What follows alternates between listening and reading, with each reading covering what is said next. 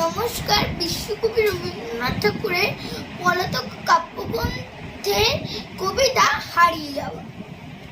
ছোট্ট আমার মেয়ে সঙ্গিনীদের ডাক শুনতে পেয়ে সিঁড়ি দিয়ে নিচের তলায় যাচ্ছিল সে নেমে। অন্ধকারে ভয়ে ভয়ে থেমে থেমে হাতে ছিল প্রদীপখানি, আঁচল দিয়ে আড়াল করে চলছিল সাবধানে।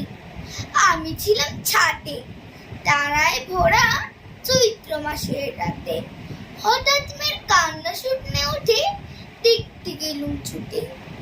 সিঁড়ির মধ্যে যেতে যেতে প্রদীপটা তার নিভে গেছে বাতাসেতে।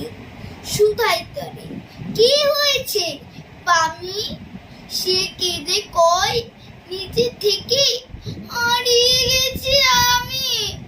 তারায় ভরা চৈত্র মাসের রাতে ফিরে গিয়ে ছাতে মনে হলো আকাশ পানে চেয়ে আমার বামির মতোই যেন অমনি কে এক মেয়ে।